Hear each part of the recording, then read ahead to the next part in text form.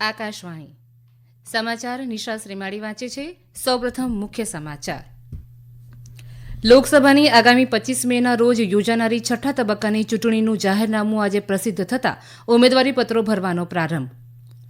વિવિધ રાજકીય પક્ષોના અગ્રણીઓએ આજે વિવિધ સ્થળોએ ચૂંટણી સભાઓ સંબોધી છે.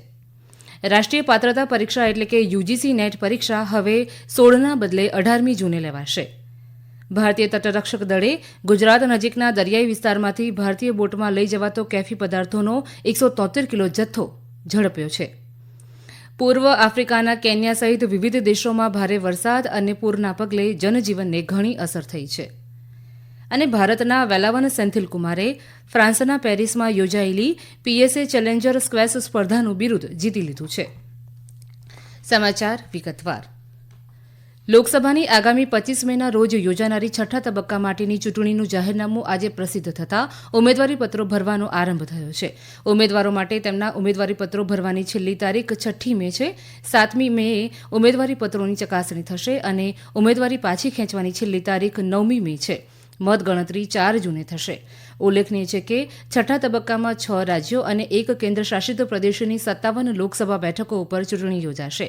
આ તબક્કામાં દિલ્હીની તમામ 7 બેઠકો, હરિયાણાની તમામ 10 બેઠકો, ઉત્તર પ્રદેશની 14 બેઠકો, બિહાર અને પશ્ચિમ બંગાળની 8 બેઠકો, ઓડિશાની 6 બેઠકો અને ઝારખંડની 4 બેઠકો ઉપર મતદાન થશે. દરમિયાન લોકસભા ચૂંટણીના ચોથા તબક્કા માટે આજે ઉમેદવારીપત્રો પાછા ખેંચવાનો અંતિમ દિવસ હતો. આ તબક્કામાં 13મી મેના રોજ 9 રાજ્યો અને 1 કેન્દ્રશાસિત પ્રદેશની કુલ 96 લોકસભા બેઠકો માટે ચૂંટણી યોજાશે. જેમાં આંધ્રપ્રદેશની 25 બેઠકો, તેલંગાણાની 17, ઉત્તર પ્રદેશની 13, મહારાષ્ટ્રની 11, મધ્યપ્રદેશ અને પશ્ચિમ બંગાળની 8, બિહારની 5, ઝારખંડ અને ઓડિશાની 4 અને જમ્મુ કાશ્મીરની 1 બેઠક માટે ચોથા તબક્કામાં મતદાન થશે. ભાજપના વરિષ્ઠ નેતા અને પ્રધાનમંત્રી નરેન્દ્ર મોદીએ આજે મહારાષ્ટ્રના સોલાપુરમાં ચૂંટણી સભાને સંબોધતા વિપક્ષ દ્વારા ભાજપ સરકાર સામે બંધારણ બદલવાના થઈ રહેલા આક્ષેપોને ફગાવી દીધા છે. તેમણે પોતાની સરકારે સામાજિક ન્યાય માટે લીધેલા પગલાંઓની વિગતો આપી હતી. અગાઉ કર્ણાટકમાં બાગલકોટ ખાતે જાહેર સભાને સંબોધતા પોતાની સરકારે છેલ્લા 10 વર્ષમાં હાથ ધરેલા વિકાસ કાર્યોની વિગતો આપી હતી. તેમણે દેશને આગામી 2047 સુધીમાં વિકસિત રાષ્ટ્ર બનાવવા તેમના અને તેમની સરકારના કરાયેલા પ્રયાસોની માહિતી આપી હતી. શ્રી મોદીએ કર્ણાટકમાં કોંગ્રેસની રાજ્ય સરકાર તુષ્ટિકરણની નીતિ અપનાવી રહી હોવાનો આક્ષેપ કર્યો છે. કોંગ્રેસના વરિષ્ઠ નેતા રાહુલ ગાંધીએ દેશમાં ફુગાવા અને બેરોજગારીની સમસ્યા માટે વર્તમાન ભાજપ સરકારની નીતિ જવાબદાર હોવાનો આક્ષેપ કર્યો છે. આજે ગુજરાતના પાટણમાં ચૂંટણી રેલીને સંબોધતા તેમણે કહ્યું કે એનડીએ સરકારે કોર્પોરેટ જગતના બાકી ધિરાણને માફ કર્યું છે અને તેના લીધે ખેડૂતો અને નાના શ્રમિકોને અન્યાય થયો છે.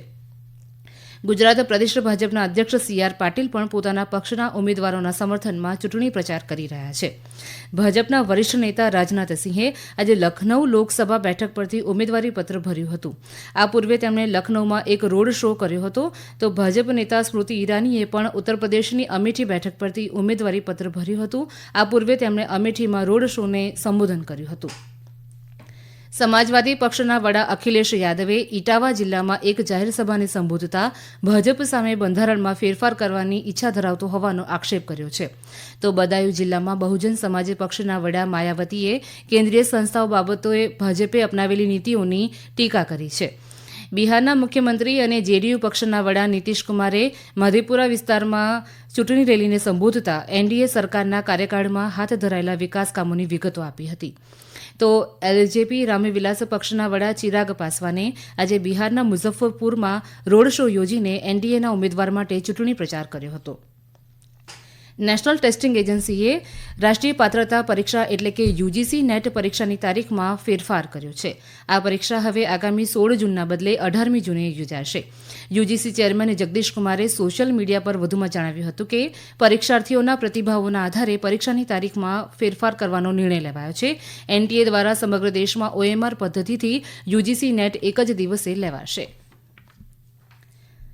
ભારતીય તટરક્ષક દળે સતત બીજા દિવસે કરેલી સફળ કામગીરીમાં ગુજરાત નજીકના દરિયાઈ વિસ્તારમાંથી ભારતીય બોટમાં લઈ જવાતો કેફી પદાર્થોનો 173 કિલો જથ્થો પકડ્યો છે.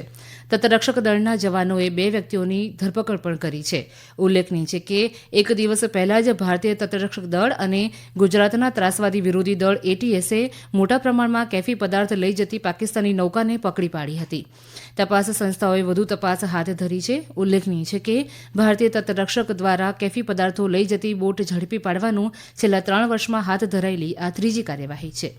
આ સમાચાર આપ આકાશવાણી પરથી સાંભળી રહ્યા છો. પૂર્વ આફ્રિકાના કેન્યા સહિત વિવિધ દેશોમાં ભારે વરસાદ અને પૂરના પગલે જનજીવનને ઘણી અસર થઈ છે. કેન્યામાં માઈ મહિયુ વિસ્તારમાં બંધ તૂટતા આવેલા ભારે પૂરમાં 40થી વધુ લોકોના મોત નીપજ્યા છે. કેન્યાના સત્તાવાળાઓએ રાહત અને બચાવ કામગીરી શરૂ કરી દીધી છે. બુરુંડીમાં પૂરના કારણે 1 લાખથી વધુ લોકો વિસ્થાપિત થયા છે, જ્યારે તાન્ઝાનિયામાં 58 લોકોના મોત થયા છે. જમ્મુ અને કાશ્મીરના ઉધમપુર જિલ્લામાં બસંતગઢ વન વિસ્તારમાં છુપાયેલા 2 આતંકવાદી જૂથોને શોધવા હાથ ધરાયેલી શોધ કામગીરીનો આજે બીજો દિવસ છે. જમ્મુના સંવાદદાતા જણાવે છે કે ગઈકાલે સવારે પનારા ગામે આતંકવાદીઓ સાથેની અથડામણમાં ગ્રામ સંરક્ષણ દળનો એક જવાન શહીદ થયો હતો. તેના પગલે સંબંધિત વિસ્તારમાં પોલીસ, સેના અને સીઆરપીએફના જવાનોએ સઘન શોધ અભિયાન હાથ ધર્યું છે. જમ્મુ પોલીસના વડા આનંદ જૈને જણાવ્યું છે કે આતંકવાદીઓના 2 જૂથોએ સરહદ પારથી ઘૂસણખોરી કરી હોવાનું જાણવા મળ્યું છે. કેન્દ્ર સરકારે દેશના ઝડપી આર્થિક વિકાસ અને સ્વચ્છ ઉર્જાના લક્ષ્યને સાકાર કરવા મહત્વની ખનિજ ઘટકોની હરાજીની પ્રક્રિયા હાથ ધરી છે.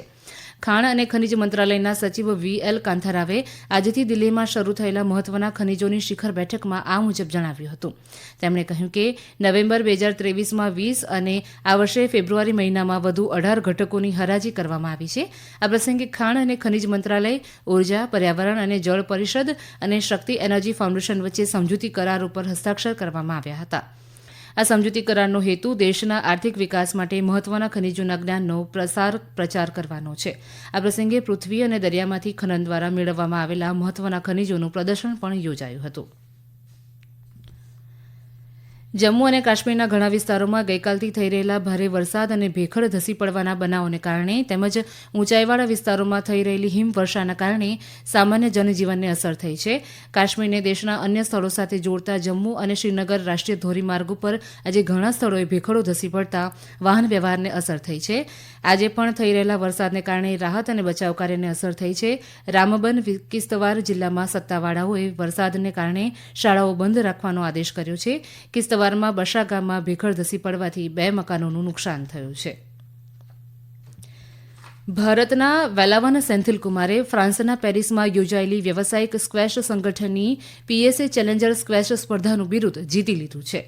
સ્પર્ધાની ફાઇનલમાં વિશ્વમાં 58મો ક્રમાંક ધરાવતા સેન્થિલકુમારે ફ્રાન્સના મેલેવિલને 3-0થી પરાજય આપીને સ્પર્ધાનું બિરુદ જીતી લીધું હતું. હવામાન વિભાગે દક્ષિણ ભારતના કેટલાક વિસ્તારોમાં આગામી 5 દિવસ, જ્યારે બંગાળ, સિક્કિમ અને ગુજરાતના કેટલાક વિસ્તારોમાં આગામી 2 દિવસ સુધી ગરમીનું મોજું ફરી વળવાની સંભાવના દર્શાવી છે. દરમિયાન અરુણાચલ પ્રદેશ, આસામ સહિત ઈશાન ભારતમાં ઘણા સ્થળોએ આગામી 5 દિવસ દરમિયાન ગાજવીજ સાથે વરસાદ થવાની સંભાવના દર્શાવી છે. પંજાબ અને લક્ષદ્વીપના કેટલાક વિસ્તારોમાં હળવોથી મધ્યમ વરસાદ થઈ શકે છે. કેન્દ્ર સરકાર ઉનાળાની ઋતુમાં સામાન્ય રીતે નોંધાતા અને શ્વસનતંત્રને અસર કરતા ઇન્ફ્લુએન્ઝા H1N1 વાયરસના સંભવિત રોગચાળા અંગે બધા જ રાજ્યોમાં તકેદારી રાખી રહી છે. કેન્દ્રીય આરોગ્ય મંત્રાલયે રાજ્ય સરકાર અને કેન્દ્રશાસિત પ્રદેશના આરોગ્ય વિભાગના અધિકારીઓ સાથે આ અંગે સમીક્ષા બેઠક પણ યોજી છે. ઉલ્લેખનીય છે કે આ રોગમાં શ્વસનતંત્રને સીધી અસર થતી હોય છે. તાજેતરમાં અમેરિકામાં કેટલાક સ્થળોએ એવિએશન ઇન્ફ્લુએન્ઝાને કારણે પશુઓ અને દૂધમાં અસર દેખાઈ હોવાથી કેન્દ્ર સરકારે પૂર્વ તકેદારીના ભાગરૂપે રાજ્યોના આરોગ્ય વિભાગ સાથે બેઠક યોજી છે. અંતમાં મુખ્ય સમાચાર ફરી એકવાર. લોકસભાની આગામી 25 મેના રોજ યોજાનારી 6ઠ્ઠા તબક્કાની ચૂંટણીનું જાહેરનામું આજે પ્રસિદ્ધ થતાં ઉમેદવારીપત્રો ભરવાનો પ્રારંભ. વિવિધ રાજકીય પક્ષોના અગ્રણીઓએ આજે વિવિધ સ્થળોએ ચૂંટણી સભાઓ સંબોધી છે. રાષ્ટ્રીય પાત્રતા પરીક્ષા એટલે કે યુજીસી નેટ પરીક્ષા હવે 16ના બદલે 18મી જૂને લેવાશે. ભારતીય તટરક્ષક દળે ગુજરાત નજીકના દરિયાઈ વિસ્તારમાંથી ભારતીય બોટમાં લઈ જવાતો કેફી પદાર્થોનો 173 કિલો જથ્થો ઝડપ્યો છે.